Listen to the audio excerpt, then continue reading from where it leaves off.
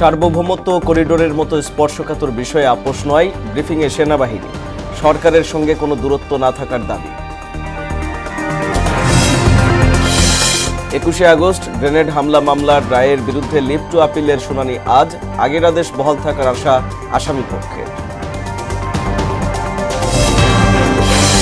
এবারের কোরবানির পশুকেন্দ্রিক অর্থনীতি লক্ষ কোটি টাকা ছাড়ানোর আশা। কেরানীগঞ্জের 500 খামারে ফরেস্ট বেস পদ্ধতিতে পশুপালন। এবং বৃহৎ চালের মোকাম কুষ্টিয়াতেও সাড়া নেই সরকারি সংগ্রহ অভিযানে। ঝামেলার অভিযোগ কৃষক মিলারদের, লক্ষ্য পূরণের আশা কর্তৃপক্ষের।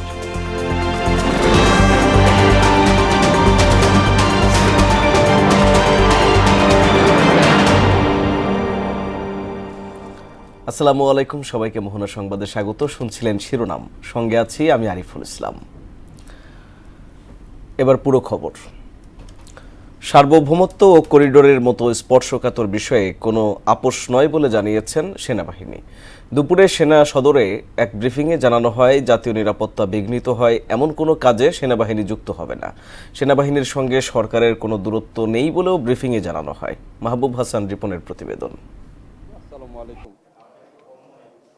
দেশের আইন শৃঙ্খলা ও সমসাময়িক বিষয় নিয়ে সেনা সদরে সংবাদ সম্মেলন করে বাংলাদেশ সেনাবাহিনী। 5 আগস্ট পরবর্তী যে কোনো সময়ের চেয়ে আইন শৃঙ্খলা পরিস্থিতি ভালো বলে ব্রিফিংয়ে জানানো হয়। আগের তুলনায় আইন শৃঙ্খলার ইন্ডিকেটরগুলো যদি আপনারা ভালোভাবে বিশ্লেষণ করেন, তাহলে বেশিরভাগ ক্ষেত্রেই আইন শৃঙ্খলা আগের থেকে স্থিতি অবস্থায় আছে। সার্বভৌমত্ব, সীমান্ত নিরাপত্তা, করিডোর সহ বিভিন্ন বিষয়ে এক প্রশ্নের জবাবে সেনা সদর জানায়, জাতীয় নিরাপত্তা বিঘ্নিত হয় এমন কোনো কাজে সেনাবাহিনী যুক্ত হবে না। সরকারের সঙ্গে সেনাবাহিনীর কোনো টানাপোড়েন নেই বলেও জানায় সেনা সদর। জাতীয় নিরাপত্তা বিঘ্নিত হয় এমন কোনো বিষয়ে সেনাবাহিনী সম্পৃক্ত হবে না। অফিসার্স অ্যাড্রেসে বিভিন্ন ইস্যুতে সেনাপ্রধানের বক্তব্য প্রচারে সতর্ক হওয়ার আহ্বান জানানো হয় ব্রিফিংয়ে। কোনো অফিসিয়াল ফোরামে এটাকে এক্সপ্রেস করেছি, আলোচনা হতেই পারে, সেনাপ্রধান অফিসারদের সঙ্গে কথা বলবেন, অনেক কথা উঠে আসতে পারে, অনেক আলোচনা হতে পারে, বাট এরকম কোনো অফিসিয়াল রেসপন্স কি আপনারা পেয়েছেন? চট্টগ্রামে কুকিচিন ন্যাশনাল ফ্রন্টের ইউনিফর্ম তৈরির বিষয়টিকে হালকাভাবে নেওয়ার সুযোগ নেই উল্লেখ করে মবের মাধ্যমে দেশে বিশৃঙ্খলার চেষ্টা হলে কঠোর ব্যবস্থা নেওয়ার হুঁশিয়ারি দেয় সেনা সদর। কেএনএ বম ভিত্তিক একটা সংগঠন, তাদের সঙ্গে হয়তো অন্যদের সম্পৃক্ততা হয়ে থাকতে পারে পরবর্তী সময়গুলোতে। টোটাল বম কমিউনিটির জনবলই হচ্ছে 12,000। সেই 12,000-এর মধ্যে ছোট বাচ্চা, আবাল, বৃদ্ধ, বনিতা সবাই সামিল। সেক্ষেত্রে এই 30,000 ইউনিফর্মেই কেএনএর কিনা সেটা অবশ্যই খুঁজে দেখার সুযোগ আছে। আমরা বিষয়টা অত্যন্ত সিরিয়াসলি নিয়েছি, বিকজ এটা আমাদের নিরাপত্তার সাথে ওতপ্রোতভাবে জড়িত। আমরা খুঁজে দেখছি এবং আপনাদেরকে নিশ্চিত করে বলতে পারি যে এটাকে আমরা খুব হালকাভাবে নিই। মাহবুব হাসান রিপন, মোহনা সংবাদ, ঢাকা। 4 দিনের সফরে আজ জাপানে যাচ্ছেন প্রধান উপদেষ্টা প্রফেসর মোহাম্মদ ইউনুস। সফরে 7টি চুক্তি ও সমঝোতা স্মারক সই হবে। সোমবার ভারপ্রাপ্ত পররাষ্ট্র সচিব রুহুল আলম সিদ্দিকী এক সংবাদ সম্মেলনে জানান, 29 থেকে 30 মে টোকিওতে নিকি ফ্রম সম্মেলনে অংশ নেবেন প্রধান উপদেষ্টা। সমঝোতা ও চুক্তির মধ্যে অন্যতম হল বিনিয়োগ, জ্বালানি, মানব সম্পদ উন্নয়ন ও প্রযুক্তি খাত। এছাড়া সহজ শর্তে জাপানের কাছে $1 বিলিয়ন বাজেট সহায়তা চাইবে বাংলাদেশ। 28 থেকে 31 মে জাপানের টোকিওতে অনুষ্ঠিত 30th Nikki forum future of এশিয়াতে মাননীয় প্রধান উপদেষ্টা সরকারি অংশগ্রহণের জন্য সরকারি সফরে জাপান যাচ্ছেন। যদিও এইটি মাননীয় প্রধান উপদেষ্টার মেইন উদ্দেশ্য, কিন্তু এর পাশাপাশি তিনি জাপানের প্রধানমন্ত্রীর সাথে বাইল্যাটারাল মিটিং করবেন। 21শে আগস্ট গ্রেনেড হামলা মামলায় সব আসামি খালাসের রায়ের বিরুদ্ধে রাষ্ট্রপক্ষের লিভ টু আপিলের শুনানি আজ। সোমবার বিচারপতি আশফাকুল ইসলামের নেতৃত্বাধীন 5 বিচারপতির বেঞ্চ এদিন ধার্য করেন। এর আগে গত 1 ডিসেম্বর এ মামলায় বিএনপির ভারপ্রাপ্ত চেয়ারম্যান তারেক রহমান সহ সব আসামিকে খালাস দিয়ে রায় দেন হাইকোর্ট। পরে 19 মার্চ আসামিদের খালাসের বিরুদ্ধে আপিল করেন রাষ্ট্রপক্ষ। 2004 সালের 21 আগস্ট বঙ্গবন্ধু এভিনিউয়ে তৎকালীন বিরোধী দলীয় নেতা শেখ হাসিনার সমাবেশে গ্রেনেড হামলায় আওয়ামী লীগের 24 নেতাকর্মী নিহত হন। নির্বাচিত হলে জ্বালানি নিরাপত্তা, বন্দর, কাস্টমস ও এনবিআর এর সমস্যা সমাধানের প্রতিশ্রুতি সম্মিলিত পরিষদের। আসন্ন বিজিএমইএ নির্বাচনের প্যানেল পরিচিত অনুষ্ঠানে অংশ নিয়ে একথা বলেন পরিষদের প্যানেল লিডার আবুল কালাম। এ সময় বাণিজ্যিক সংগঠন হিসেবে বিজিএমইএকে দলীয় মুক্ত রাখার কথাও বলেন তিনি। রেজা খানের রিপোর্ট।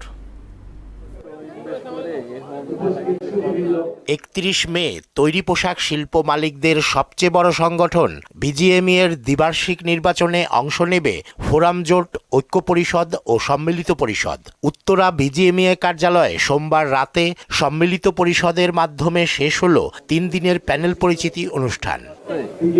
এ সময় শ্রমিকদের পাওনা পরিশোধ না করার অজুহাতে রুগ্ন পোশাক কারখানা মালিকদের হয়রানি বন্ধের প্রতিবাদ জানান ব্যবসায়ী নেতারা। এর পাশাপাশি নতুন বাজার সম্প্রসারণে অ্যাপারেল ডিপ্লোম্যাসি বজায় রাখার তাগিদও দেন তারা। আমরা অ্যাপারেল ডিপ্লোম্যাসির মাধ্যমে আমরা জানি কি করতে হবে, তার আগে আরো আমরা এটাকে কিভাবে ডিউটি ফ্রি অ্যাক্সেসটাকে আরো কন্টিনিউ করতে পারে, এই জন্য আমরা কাজ করেছি। 28শে মের মধ্যে বেতন দিতে না পারলে জেলে যেতে হবে মালিককে, এটা অত্যন্ত দুর্ভাগ্যজনক, দুঃখজনক। চতুর্থ ও পঞ্চম শিল্প বিপ্লবের সঙ্গে তাল মেলাতে পোশাক শিল্প সংশ্লিষ্টদের দক্ষতা বাড়াতে কাজ করার প্রতিশ্রুতি দেন প্রার্থীরা। 2030-এর বা 2029-এর মধ্যে আমাদের যে জিএসপি টু জিএসপি প্লাসের জার্নি, এটার জন্য আমাদের যে রেডিনেস, সেটাতে অনেক বেশি মনোযোগী হতে হবে। শ্রমিকদের পাওনা পরিশোধে সরকারের কাছে নিরবচ্ছিন্ন গ্যাস ও বিদ্যুতের দাবি জানান সম্মিলিত পরিষদের প্যানেল লিডার আবুল কালাম। এর সঙ্গে রপ্তানি গতিশীল করতে সমুদ্র বন্দর, কাস্টমস ও এনবিআর এর বাধা অপসারণে কাজ করার প্রতিশ্রুতিও দেন তিনি। প্রকট সমস্যা সেটা হলো গ্যাস, বিদ্যুৎ, পোর্ট, কাস্টম, এনবিআর, এই সমস্যাগুলা দ্রুততার সহিত সরকারের সাথে আলোচনা করে সমাধান করা। রাজনীতি মুক্ত রেখে বিজিএমইএকে বাণিজ্যিক সংগঠন হিসেবে গড়ে তোলা হবে বলেও জানান আবুল কালাম। দলীয়করণ এবং রাজনীতি মুক্ত প্রতিষ্ঠান হিসেবে প্রমাণ করব। রেজা খান, মোহনা সংবাদ, ঢাকা। এবার কুরবানির পশুকেন্দ্রিক অর্থনীতি 1 লাখ কোটি টাকা ছাড়িয়ে যাওয়ার আশা করছেন মৎস্য প্রাণী সম্পদ উপদেষ্টা ফরিদা আক্তার। রাজধানীর কৃষিবিদ ইনস্টিটিউশনে এক সেমিনারে তিনি আরও বলেন, সরকারের নানা পদক্ষেপে চামড়া শিল্পে সম্ভাবনার নতুন দ্বার উন্মোচন হবে। কেরানীগঞ্জে প্রায় 500 খামারে ফরেস্ট বেস পদ্ধতিতে কোরবানির গরু প্রস্তুত করছেন খামারিরা। দানাদার খাবারের পাশাপাশি ঘাস খাইয়ে গরু মোটাতাজাকরণ করেছে তারা। কোনো খামারিকে অবৈধভাবে গরু মোটাতাজাকরণ করতে দেওয়া হচ্ছে না জানান উপজেলা প্রাণী সম্পদ কর্মকর্তা। আলমগীর হোসেনের প্রতিবেদন, জানাচ্ছেন আফরিন পপি। কেরানীগঞ্জে ছোট বড় প্রায় 500 পশুর খামার রয়েছে। এসব খামারে কোরবানির জন্য ফরেস্ট বেস পদ্ধতিতে পশু লালন পালন করছেন খামারিরা। দানাদার খাবারের পাশাপাশি কাঁচা ঘাস, খোল, ভুট্টা খাইয়ে গরু মোটাতাজাকরণ করছেন তারা। খাবার দিই দানাদার, তারপর ঘাস, তারপর আমাদের খ্যার দেওয়ার পরে 1 ঘন্টা পরে আবার গোসল করানো হয়। আমরা যে গরুটা খাবার খাওয়াই, খাবারের ভিতরে আমরা ঘাসের এটা পরিমাণটা একটু বেশি দেই, তাহলে গরুর স্বাস্থ্যটা ভালো থাকে, গ্যাসের কি কম থাকে। ঘাস আর খেরটা খাওয়ালে দানাদার খাদ্যটা একটু কম লাগে আর কি। বেশিরভাগই সাইলের ভুট্টা গাছ, জাম্বু গাছ এগুলো খাওয়াতে, এদের খাবার কষ্টিংটা কিছু কমে আসে। ফরেন বেস পদ্ধতিতে গরু মোটাতাজাকরণে খাবারের খরচ কম হয় জানিয়ে এ খামারি বলেন, তাদের 60% গরুই বিক্রি হয়ে গেছে। 1000-এর মধ্যে প্রায় 60%-এর মতো অলরেডি সোল্ড হয়ে গেছে। আর আমাদের এখানে আপনারা নিশ্চয়ই জানেন, আমাদের এখানে অনেক গরু আছে, আর এগুলো লালন পালন করি আমরা অর্গানিক পদ্ধতিতে। প্রশিক্ষণের মাধ্যমে সায়েন্টিফিক পদ্ধতিতে দেওয়া পরামর্শ অনুযায়ী খামারিরা পশু মোটাতাজা করছে। কোনোভাবেই অবৈধভাবে গরু মোটাতাজাকরণ করতে দেওয়া হচ্ছে না বললেন উপজেলা প্রাণী সম্পদ কর্মকর্তা। আমাদের খামারিরা মূলত আমরা যেই ওদেরকে বিভিন্ন সময় প্রশিক্ষণ দিয়ে থাকি কিভাবে সায়েন্টিফিক পদ্ধতিতে মোটাতাজা করতে হয়, এবং তারা সেভাবেই করছে। আমরা বারবারই নিষেধাজ্ঞার মধ্যে রেখেছি ওদেরকে যে কোনো ধরনের অবৈধভাবে মোটাতাজাকরণ করা যাবে না, এবং তারা করছেও না। ঢাকার পার্শ্ববর্তী হয় এবং ভালো মানের গরু পাওয়া যায় বলে অনেক ক্রেতা কেরানীগঞ্জে গরু কিনতে আসে। আফরিন পপি, মোহনা সংবাদ। কৃষক মিলারদের মাঝে সাড়া ফেলছে না সরকারের ধান চাল সংগ্রহ অভিযান। সরকারি খাদ্য গুদামে ধান দেওয়ায় নানা ঝামেলা পোহাতে হয় বলে অভিযোগ কৃষকদের। আর মিলাররা বলছেন, সরকার নির্ধারিত দামে চাল সরবরাহে তাদের লোকসান গুনতে হচ্ছে। তবে খাদ্য বিভাগ বলছে 31 আগস্ট পর্যন্ত ধান চাল সংগ্রহের সময়সীমার মধ্যেই নির্ধারিত লক্ষ্য পূরণ হবে। মিলন খন্দকারের প্রতিবেদন, জানাচ্ছেন আফরিন পপি। সরকারিভাবে ধান চাল সংগ্রহে বোরো মৌসুমে ধানের দাম প্রতি কেজি 36 টাকা এবং চালের দাম 49 টাকা নির্ধারণ করেছে খাদ্য বিভাগ। এই দামে সারা দেশে 3.5 লাখ টন ধান ও 14 লাখ টন চাল সংগ্রহ করবে সরকার। 24 এপ্রিল থেকে শুরু হওয়া 31 আগস্ট পর্যন্ত ধান চাল সংগ্রহের সময়সীমা নির্ধারণ করা হয়েছে। তবে সরকার নির্ধারিত দামে সন্তুষ্ট থাকলেও নানা জটিলতায় গুদামে ধান দিতে পারছেন না বলে অভিযোগ কৃষকদের। সরকারি ঘরে যে ধান দিতে হয়, যে রেট অনুযায়ী তো দেওয়া যায় না। সরকারে গুদামে ধান দিতে খুব আমরা ঝামেলায় পড়তে হয়। সরকার দাম বৃদ্ধি করে, তাহলে আমরা দিতে আগ্রহ আছি। এদিকে মিলাররা বলছেন, সরকার 36 টাকা ধানের দাম নির্ধারণ করে দেওয়ায় 49 টাকা দরে চাল সরবরাহে লোকসানের মুখে পড়ছেন তারা। এ দাম পুনর্নির্ধারণের দাবিও জানান তারা। 36 টাকা কেজি ধান কিনে চাউল দিতে গেলে আমরা সরকারের চাউল দিতে পারি না। এটা 36 টাকা যে গভর্নমেন্ট রেট দিয়েছে, এটা চাষিক বাঁচানোর জন্য। 49 টাকা রেট দিছে, তাতে আমাদের তেমন একটা পোষাচ্ছে না।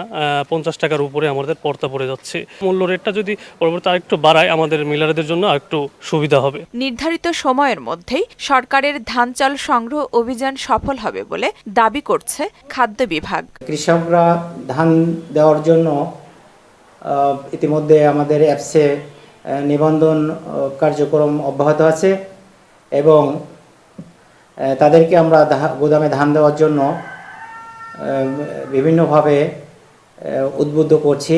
ইতিমধ্যে কুষ্টিয়া জেলায় প্রায় 40% সিদ্ধ চাল এবং 14% ধান সংগ্রহ সম্পন্ন হয়েছে। আমরা আশাবাদী আমরা নির্ধারিত সময়ের মধ্যেই সকল সংগ্রহ কার্যক্রম এবার সম্পন্ন করতে পারব। বোরো মৌসুমে কুষ্টিয়া জেলায় 44,329 মেট্রিক টন চাল ও 2,546 মেট্রিক টন ধান সংগ্রহের লক্ষ্যমাত্রা নির্ধারণ করেছে খাদ্য বিভাগ।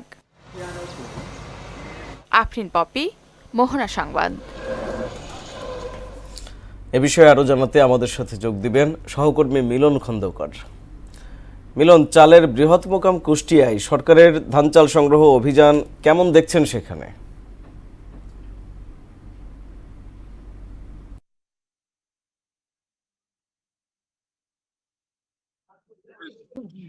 জি আরিফ, আপনি আসলে যেমনটা বলছিলেন, সারা দেশের ন্যায় কুষ্টিয়াতেও সরকারিভাবে চলছে ধান চাল সংগ্রহ।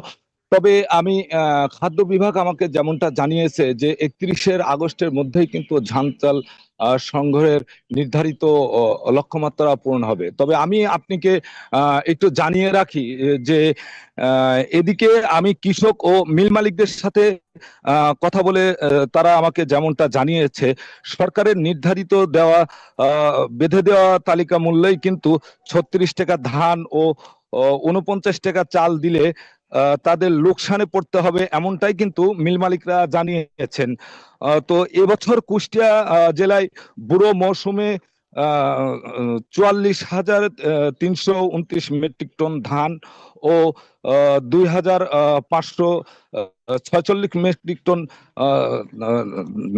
চাল সংগ্রহ হবে। তো আমার সাথে যুক্ত আছে কুষ্টিয়া জগতী খাদ্য গোদামের যে ভারপ্রাপ্ত কর্মকর্তা। আমি তার কাছে জানতে চাইবো যে আসলে কৃষক এবং মিল মালিক যারা এই সরকারি যে ধান এবং চাল যে সংগ্রহ করে যে খাদ্য গোদামে দিচ্ছে, তো এই ব্যাপারে তাদের কোনো অনীহা হচ্ছে কিনা এবং তারা কোনো আপত্তি জানিয়েছে কিনা, এবং তারা যেটা বলেছে যে আসলে এই সরকারি মূল্যে ধান এবং চাল দিলে তাদের লোকসান হবে। তো এই ব্যাপারে আপনি একটু আমাদেরকে জানাবেন যে আসলে তাদের কি লোকসান হবে এবং তারা ধান চাল ঠিক মতো দিতে পারবে কিনা।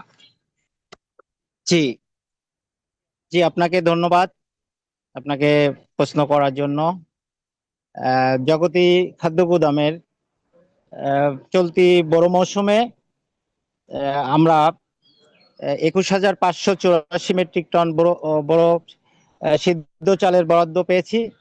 ইতিমধ্যে আমরা মেলাদের নিকট থেকে 12,000 মেট্রিক টন চাল সংগ্রহ করেছি।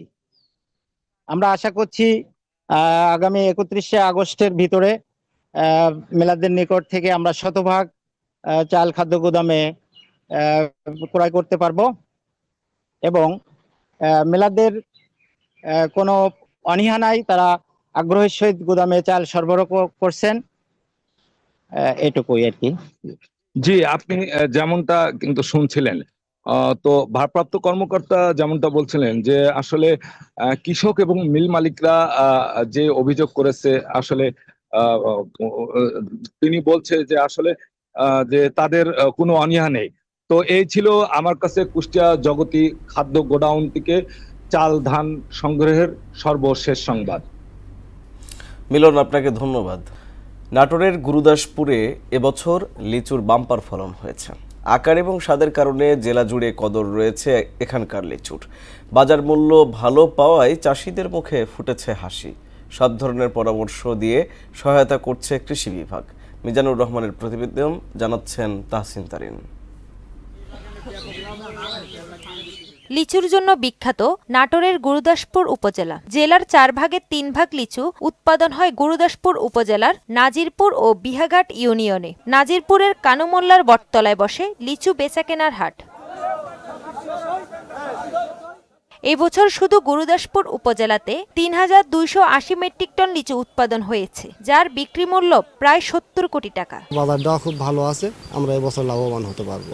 লিচুর ন্যায্য দামটা আমরা বাজারে পাচ্ছি না বিভিন্ন সিন্ডিকেটের কারণে। বাগানের খরচাটা অনেক বেশি বেড়ে গেছে, যে ২,২২০ টাকা দাম, এই দামটা আসলে আমাদের বাগান মালিকদের পোষাচ্ছে না। এবছরে ফলনও বেশি, আলহামদুলিল্লাহ আমাদের বাজারও বেশি, আমরা খুব খুশি। প্রত্যেক বছরই এখানে আসি, এখান থেকে মাল কিনে নিয়ে আমরা বিভিন্ন ডিস্ট্রিক্টে সাপ্লাই দিই, মোটামুটি আমরা লাভবান। বরাবর চেয়ে এবার একটু মালের দাম বেশি, আর কৃষকরাও চাষিরাও মাল বেচে আনন্দিত। আবহাওয়া ভালো থাকায় এবছর লিচুর উৎপাদন ও ফলন ভালো হয়েছে বলে জানান উপজেলা নির্বাহী কর্মকর্তা। আবহাওয়া ভালো থাকায় লিচুর উৎপাদন ভালো হয়েছে। আমরা আশা করছি এবার গুরুদাসপুরে প্রায় ৭০ কোটি টাকার লিচু বেচাকেনা হবে। দিন শেষে কৃষকরা লাভবান হবেন বাগান পরিদর্শনে গিয়ে এমন আশা জানিয়েছেন উপজেলা নির্বাহী অফিসার। লিচুর পরিপক্কতা শুরু হয়েছে, আমরা আশা করছি যে 2-1 দিনের মধ্যে আমরা বাজারজাত করতে পারবো, কৃষকরা লাভবান হবে। চলতি মৌসুমে নাটোর জেলায় ৭,৮৯৭ মেট্রিক টন লিচুর মধ্যে শুধু গুরুদাসপুর উপজেলাতে উৎপাদন হয়েছে ৩,২৮০ মেট্রিক টন লিচু। তাহসিন তারিন, মোহনা সংবাদ। এবার সারা দেশে অনুষ্ঠিত সভা সমাবেশ সহ নানা বিষয়ে প্রতিনিধিদের তথ্য ভিডিও নিয়ে একটি ডেস্ক রিপোর্ট। সাতক্ষীরার শ্যামনগরে রূপান্তরের আয়োজনে সুন্দরবনে দূষণ হ্রাস এবং বাস্তুতন্ত্রের উন্নতির লক্ষ্যে শিক্ষণ ও অভিজ্ঞতা বিনিময় সভা অনুষ্ঠিত হয়েছে।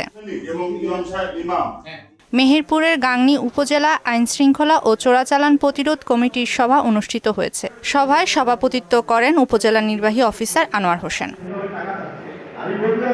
সারা দেশের ন্যায় রংপুরে 25, 26 ও 27 মে 3 দিনব্যাপী ভূমি মেলা 2025 উদযাপন উপলক্ষে রংপুর বিভাগীয় কমিশনারের আয়োজনে গণমাধ্যম কর্মীদের সঙ্গে সংবাদ সম্মেলন অনুষ্ঠিত হয়েছে।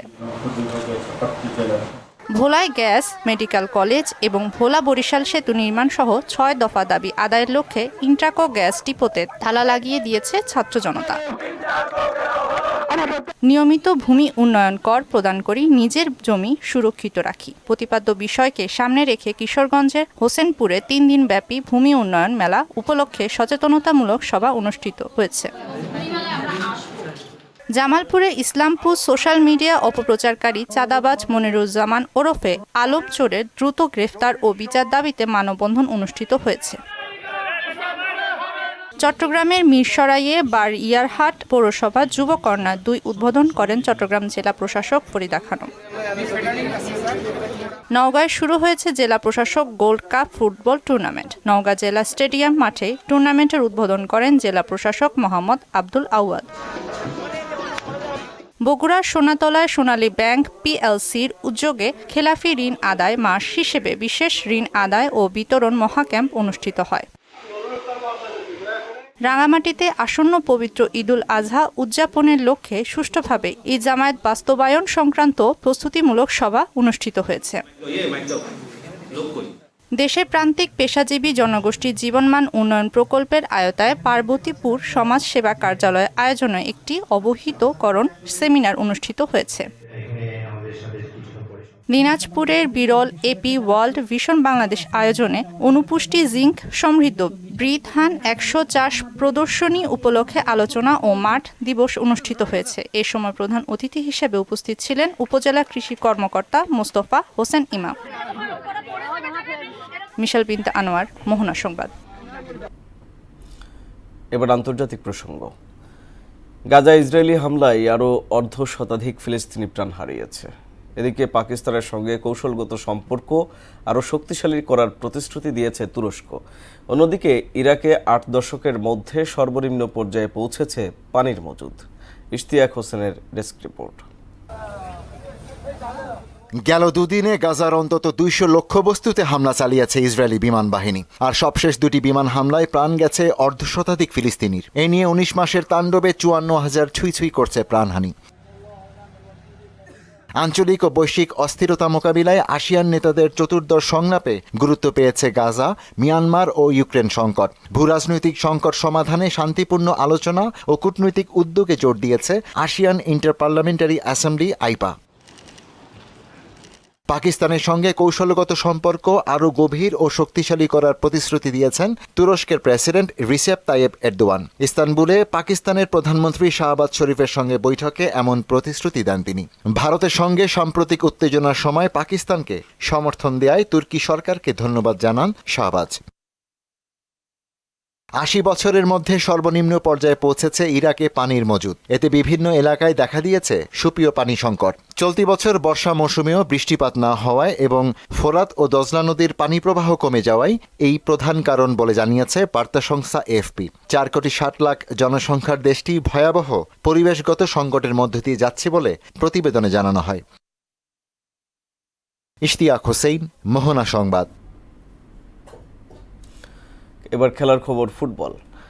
ব্রাজিলের কোচ হিসেবে দায়িত্ব গ্রহণ করার পরপরই জুনে বিশ্বকাপ বাছাইয়ের 2 ম্যাচকে সামনে রেখে 26 সদস্যের দল ঘোষণা করেছে কার্লো আনচেলত্তি।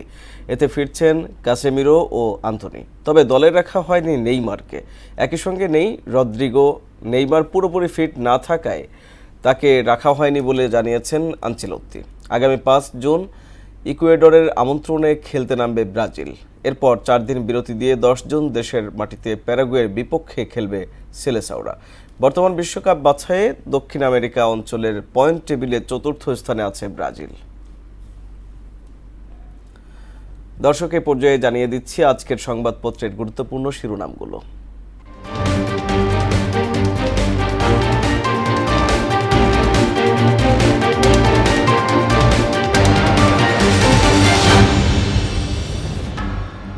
শুরুতে আমরা হাতে আছে প্রথম আলো।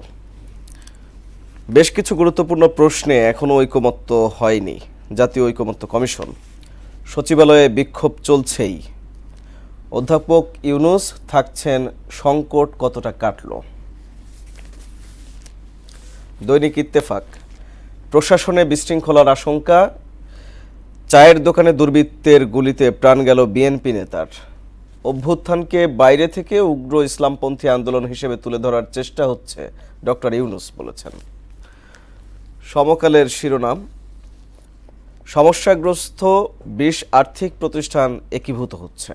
সচিবালয় ঘিরে উত্তাপ। টোকিওর কাছে $100 কোটি বাজেট সহায়তা চাইবে ঢাকা। বাংলাদেশ প্রতিদিন।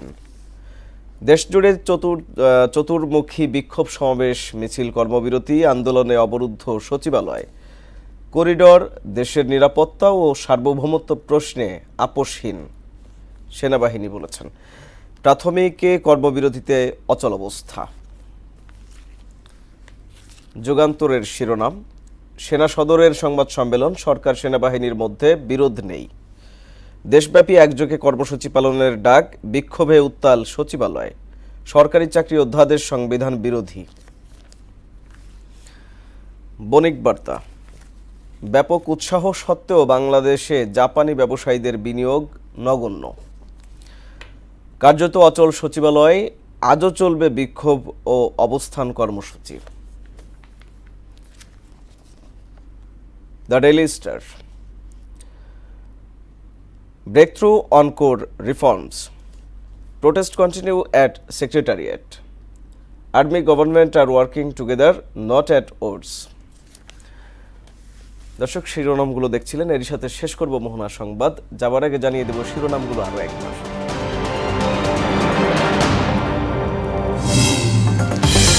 সার্বভৌমত্ব ও করিডোরের মতো স্পর্শকাতর বিষয়ে আপোষ নয়, ব্রিফিংয়ে সেনাবাহিনী।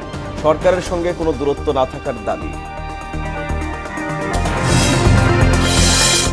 21শে আগস্ট গ্রেনেড হামলা মামলার রায়ের বিরুদ্ধে লিভ টু আপিলের শুনানি আজ।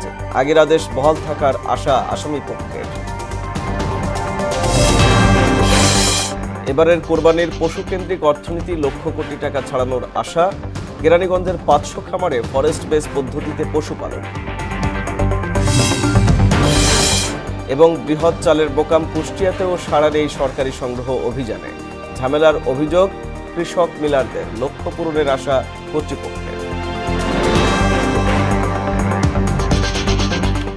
এই ছিল মোহনা সংবাদে। পরবর্তী সংবাদ দুপুর 1টায়। এর আগে দুপুর 12টায় দেখবেন সংবাদ এক নজরে। মোহনার সবশেষ খবর জানতে ভিজিট করুন www.mohana.tv। সংবাদ দেখতে পারেন ফেসবুক, ইউটিউবেও।